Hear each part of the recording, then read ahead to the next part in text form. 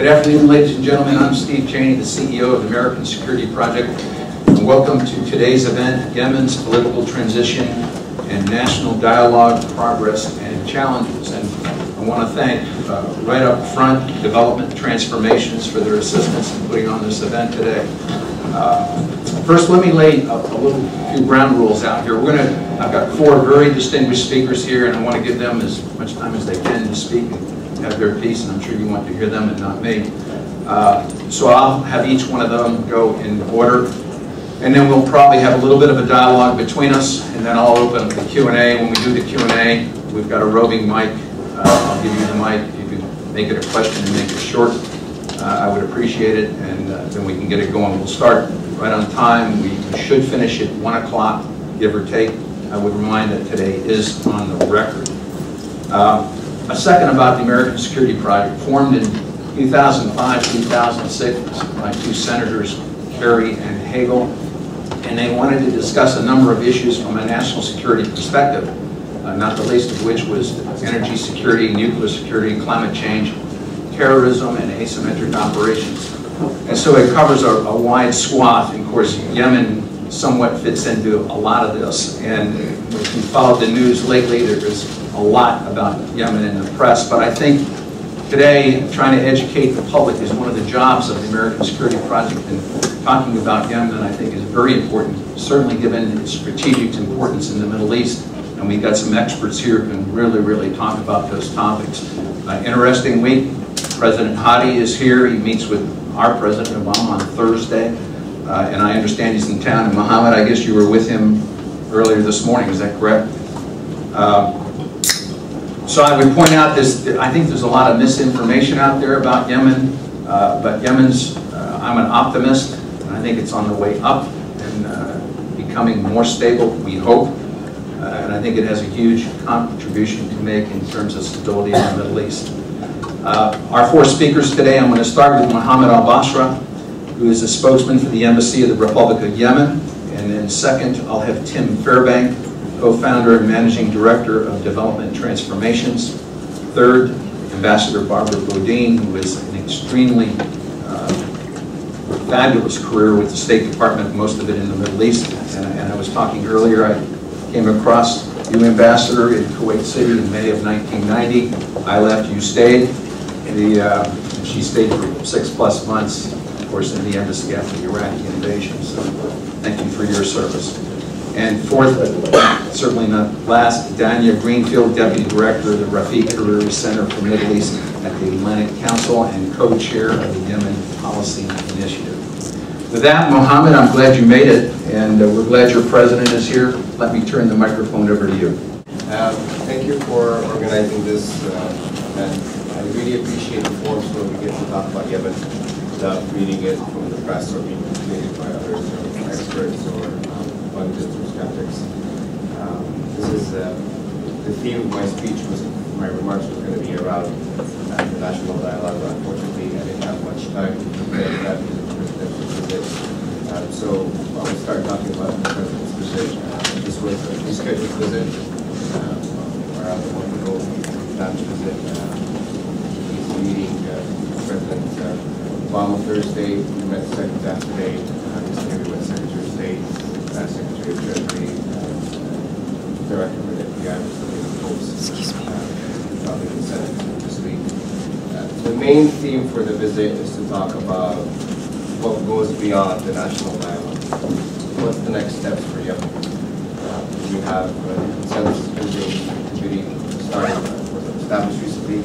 It's organized. We will start going through the problems that the national dialogue process is having. I will leave probably for Danya to talk more about the national dialogue crisis rather than anybody else. And the elections and the constitutional referendum. One of the things that we keep hearing in the press, one of the issues actually I personally have in the press is after the Cole bombing and after 9/11, unfortunately, the portfolio for media for Yemen is transformed from foreign editors, religious editors, to national security and defense editors.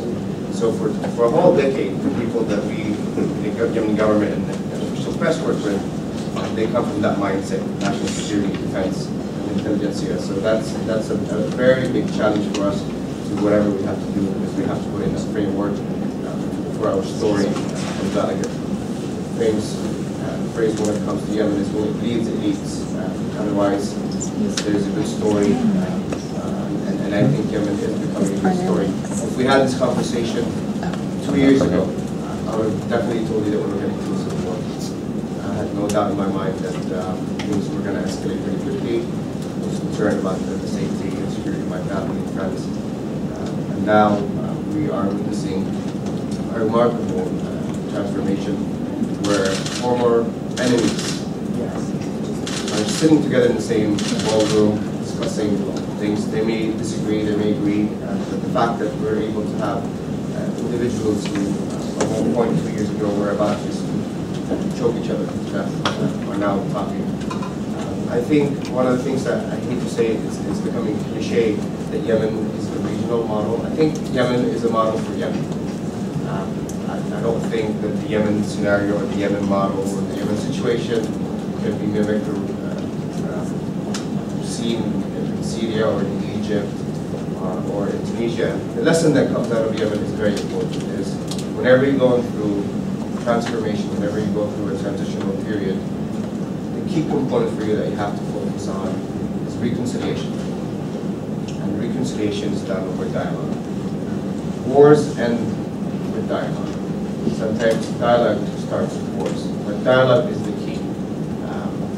The method, I think there's a lot of critique on how the National Dialogue Conference is working so far. And I always tell people, like, let the process go through and let's see what comes in the end.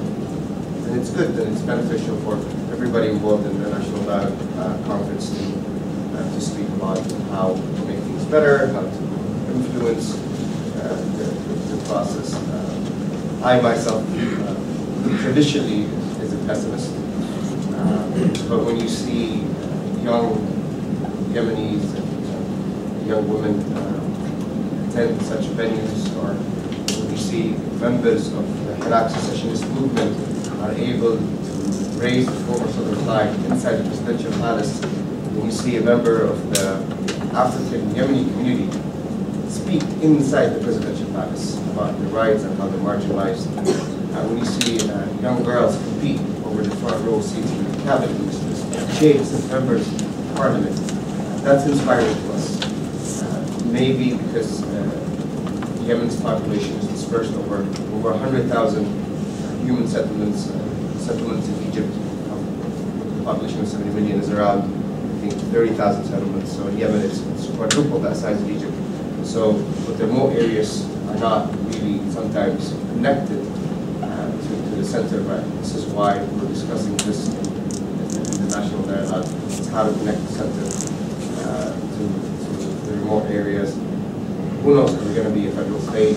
Are we going to be a decentralized regional emirates, or are we going to be two separate federal confederate states, basically?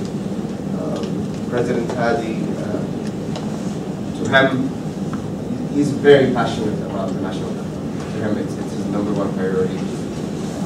His second national priority is the restructuring of the armed forces. And one of the key steps they did a couple of weeks ago, where they redefined the military uniforms. Each division that was conflicting or warring against each other had different colors of camel, so they were able to increase the intensity of the conflict. Now our military has one uniform, and the restructuring, I think, is moving forward. It was bumpy. Transitions are never clean. We'll never ever get a clean transition from one system to another. But overall, I think that we're on the right track. The Friends of Yemen are hosting a conference in September to talk about aid. I'd like to take this opportunity to remind our friends that we pledged openly assistance to commit to it. We saw assistance quickly delivered to Egypt, in some cases in matters of hours, and we hope that assistance pledged to Yemen will be delivered to it in a timely fashion. I'm going to end my remarks short and look forward to the Q&A period. Thank you so much. Mohammed, thank you very much. Tim Fairbanks. Thanks, Mohammed. And thank you all for joining us today. I think when we put this panel together and I sought out sort of the first three people I could think of, and was delighted that all of you were able to join us today. My remarks they're going to come after Mohammed, but there's been a lot of talk in the national dialogue for those that follow sort of the internal political transition process in Yemen. Obviously, there's always a lot of media attention on counterterrorism issues, on drone issues, and I think this is an ideal time to sort of look beyond that a little bit. And I would argue that there is often too much attention focused on counterterrorism, what's being done by the U.S., what a counterterrorism policy is, what a drone strike policy is, and this is, for us, I think, a nice opportunity to look at the internal challenges that Yemen faces politically, and then the long-term perspectives on the development side, both political development, economic development, and all the progress and changes that Yemen is currently undergoing and will need to undergo for the next years, decade plus. And just as a matter of my background, I'm the co-founder and managing director of Development Transformations. We have two programs operating throughout the country, and Yemen currently supporting civil society and government support. So my perspective and the lens by which I view Yemen might be a little different than some. It is through the development sphere. It is through supporting the political transition, providing assistance to governance, civil society, and hopefully providing a modest amount of assistance to a growing, a more democratic, more stable, united Yemen. And we've talked, there have been some discussions about the national dialogue, and the national dialogue really is a historic time with 565 members of all sorts of communities that have come together to tackle really quite a daunting task. The different working groups looking at everything from human rights issues, economic issues, decentralization, the Northern Sahara issue, the Southern movement, and it's quite impressive and daunting task. And so while there have been many positive steps that have been made, and it's easy to just focus on the good work that has been done so far, or the progress and the support, and I think the admirable position that both the Yemen interim government has made, I thought it would be useful to offer some warning signs that are by no means meant as criticism, but allows for, I think, both the Yemeni community and the international community to look at what needs to be done, not only now, but in the years to come, and really the decades to come. And one worry I have, and these are both my sort of personal comments and views of our representative on the ground from our country office, who last week spent a full week in Aden and Cadiz meeting with political and civil society leaders, is looking at what are the mechanisms that are in place sort of post-national dialogue. Once there's consensus, once there's agreements, are there mechanisms in place to actually put this into a process? And right now it doesn't seem like there's an answer on that, but the government knows what it wants to do. The international community knows how it can provide that support. So that's something that I wanted to draw attention to. And then increasing the importance of including the public in this process, including all the different working group members. There's often in other countries, and I'm not saying this is happening right now, but there's a sense that as the negotiation period winds to an end, often those that have the most political influence, those that have the most political control, end up deciding, making final decisions through sort of private discussions and backroom deals, which is a tradition in many countries. But also regarding the national dialogue issue as it pertains to the South and South Sudan. This is a time where many in the South want to Yemen, many in the South want to secede.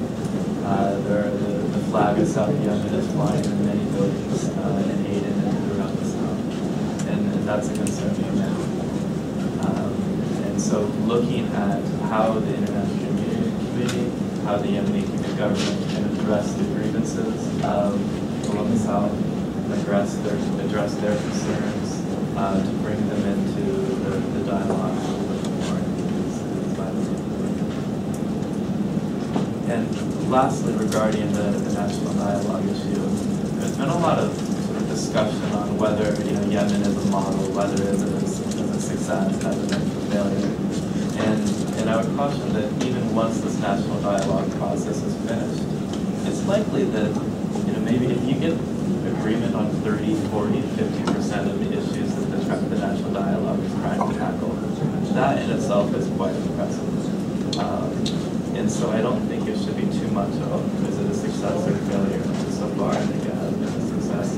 But really, how are we going to implement these findings? If we come to an agreement, if the Yemenis come to agreement on, say, 40% of the issues that they're trying to change, everything from constitutional reform, decentralization, possible federal solution to the North-South issue, different economic issues. If there can be some sort of a compromising agreement on 40-50%, that I think is a reasonable level of unity there. And then once that happens, it's really the implementation stage and how this is going to be put in place. What are the mechanisms that are going to be used? And so I hope that this talk sort of allows an opportunity for both the international community and the Yemeni community to start thinking long-term more. This can't be judged as a success or failure this year, or next year, or the year after. Briefly, sort of in closing, I wanted to bring up sort of the importance of what's happening in the South, the Southern movement in general, which is incredibly split. There's no sort of a common Southern leader. There's no common Southern agenda. And so it's very difficult to sort of paint a wide brush and describe that people in the South want this position, or want this solution or not. And so that is problematic in terms of how to negotiate with leaders from the South. But at the same time, it makes confusion of who are you going to negotiate with? What is the South's position? What is the Iraq side movement's position? What are members of Islam thinking? So that's something to take into account. Then lastly, looking at sort of the southern issue again, what I wanted to point to, how is the Yemeni government and how is the international community going to address the grievances of people in the South, those that feel like they've lost their jobs, those that feel neglected. And I talked about how this approach, that there is some sort of a solution to the North-South issue, if there's still a united Yemen, but perhaps a federation, some sort of a regional solution.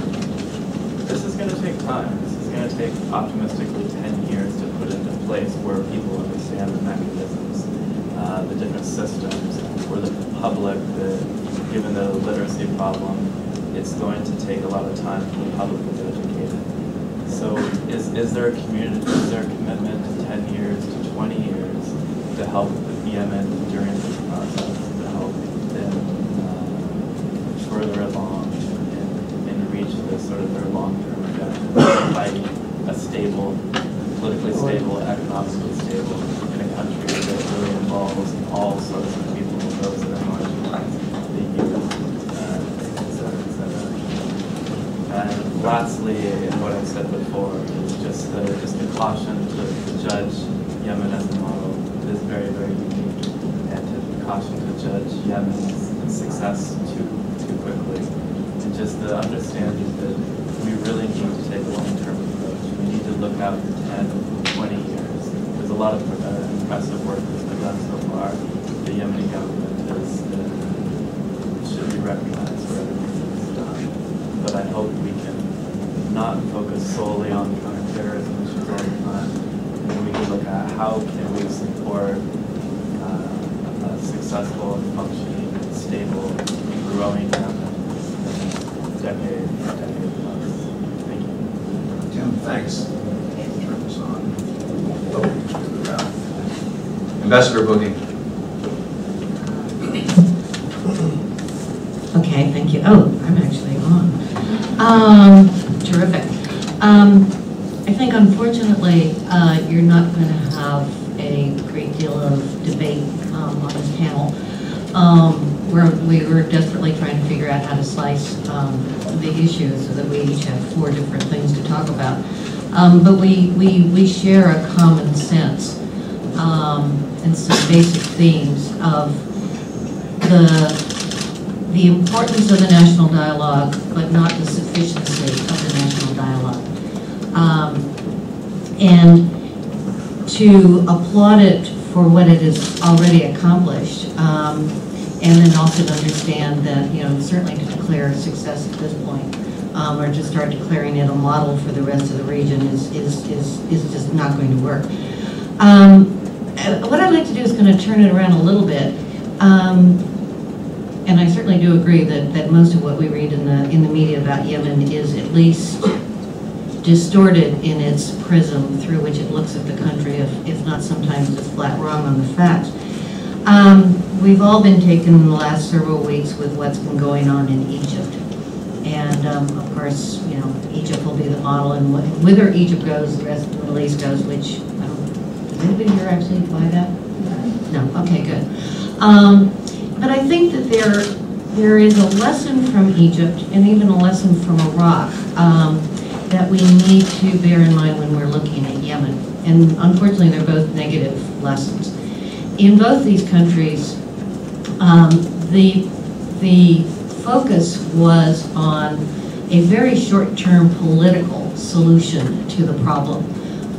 Get out there, get elections done, get a parliament in, get a president in, establish all the architecture of a government, without really sitting down and working through what is the social contract. Where is this country trying to go? In one case, they had a revolution with our very active assistance. In another case, it was indigenous. But in both cases, they tried to, and the view of the outside world was that this could be a top-down process and that we could build. You keep hearing about building democracy. And it doesn't quite work this way. And I think what we've seen in a number of other states in the region where they have tried to do a top-down process is that you end up with something that is very fragile, that has no buy-in, where there is no general agreement on where the country is going or what sort of state it should be or what sort of society. I think this is part of what we're seeing in Egypt. What is remarkable about Yemen so far is that having gotten to the brink of a civil war, as Mohammed pointed out, kind of getting to the edge of the abyss, the Yemenis said, maybe not. This is maybe not the best way to go. Walk back, and conducted what I've often referred to as the negotiated revolution. And that's what they're continuing to do. And they're doing a bottom-up, or at least a representative bottom-up. 565 people in a room with a very good representation of Southerners, women, youth. No group ever feels that they are fully represented, but I think in this case, whoever worked out the formula did a respectable job of having all voices there. And they're trying to do nothing less than renegotiate their social contract. And this is going to be a major issue. It is not going to end on the last day of the national dialogue either. The national dialogue is not designed to answer some of the economic reform issues. It is going to need mechanisms to go forward, and I think 10 years is highly optimistic. I think when we are looking at Yemen and deciding what we should be doing, how we should be supporting it, how we should be reporting on it, we do tend to have a very narrow perspective, and I completely agree with Mohammed that certainly beginning with the coal and for the last decade, we have tended to see Yemen almost entirely through a security counterterrorism prism. Even in the fact sheet that I read yesterday, you know, it has the conventional wisdom that AQAP is the most lethal branch of Al-Qaeda. A phrase that is used quite often. I'm not personally entirely sure if it's true. I would say that Al-Qaeda in the Maghreb probably is a good competitor for that title. Al-Qaeda in Syria is certainly making a good run at the title as well. But it reflects this fact of sort of seeing Yemen through this one prism. A number of us have been at conferences where, you know, if it wasn't for Al-Qaeda, we would have no interest in Yemen whatsoever. And I think that, you know, to the extent that that is a mindset in this town, we are missing both probably the reality of Yemen and the reality of our interests, and therefore how we should go about it. We can look at either how do you try to bring security to Yemen, and that brings you to a counterterrorism focused policy, a counterterrorism security focused assistance program, a dialogue that is focused almost entirely on the military and the security services. It does not address what is really in Yemen's aspiration and what is truly in our interest, which is stability. And security and stability are not synonymous or interchangeable terms. Security you impose. If you have more and better guns than the other guy, you can impose security. I lived in Iraq in the early 80s, and it was probably the most secure place I have ever lived. And I have two colleagues here who also served in Iraq during those days, and it was wonderfully secure. It was not, however, stable. Stability is a consensus-based society. Stability is going to come from both developing these mechanisms, taking this national dialogue to the next level, seeing it as a process, not as a goal, not with an end product and a paper that it comes out at the very end, and therefore we have a blueprint. Focusing on the economic development side, looking at what were the roots of the upheavals 2 years ago, and they were primarily jobs. They were probably primarily economic issues. I personally am not of the school that Yemen is hopeless in terms of its economic future. I don't consider it a failed state, described it as the almost failing state, but it hasn't failed. It has the ability to at least provide a reasonable quality of life, to develop, it does not have, but to develop a government that can provide basic services, and create a form of stability that is in our long-term national interest. If we continue to focus only on security issues, and I will borrow a phrase from a Yemeni friend a couple of years ago, that by focusing only on the security and not on the medium and the long-term stability issues, we will never get beyond the security issues.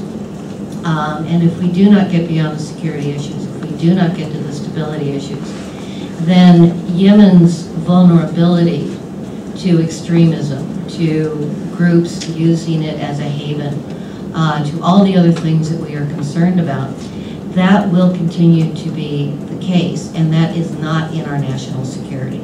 So we have to define our interests much more broadly, much more than just traditional security, and understand that a stable Yemen, an economically viable Yemen, and one that has a government that actually functions, not well, but given the way that our government functions, I'm getting far less directive about that. That these are goals that are in our interest and should not be put as second or third level priorities, but as our first level priority. And I will underscore and conclude with, we need to see the national dialogue as the first step, but we need to be looking beyond the national dialogue. And if there is a theme to our policy, that should be it. Ambassador, thanks. Danya. Thank you very much. I often fear being the last speaker because usually everything important and valuable has already been said, but actually All of you have made comments that I'd like to pick up on, that I think there's a lot of room for discussion and a lot of interesting points. When we decided in terms of the order that we were going to speak, one of the reasons why I wanted to go last also was to get a little bit more into the nuanced detail of what's actually happening in Yemen on the ground. And potentially to be one of the more critical voices, though I do think there's a lot to be positive about, but I want to point out a couple dangers ahead and a couple potential fears or pressure points that we should be aware of. One thing I wanted to just start by noting, I really appreciated, Ambassador, your comments about renegotiating the social contract. And for those that have been following overall Yemen's transition and the GCC agreement that put the transition in place and the national dialogue, I think one of the key questions that a lot of Yemenis have been asking is, does the GCC agreement actually allow for that social contract, for the power dynamics actually to shift and change, or whether or not the very basis of this transition further entrenches a lot of elite interests and actually prevents an opening up. As you mentioned, security is not the same thing as stability, and stability is really what we should be thinking about in terms of our national interests. I absolutely agree with that. I would also point out that stability is also not democratic transition. And one of the questions that is not frequently asked is whether or not Yemen is actually moving along the course towards a real political opening, towards a democratic transition. Or is this mostly a discussion and a debate about stability and about security issues? And I think assessing the state of Yemen's transition really depends on the barometer of measurement.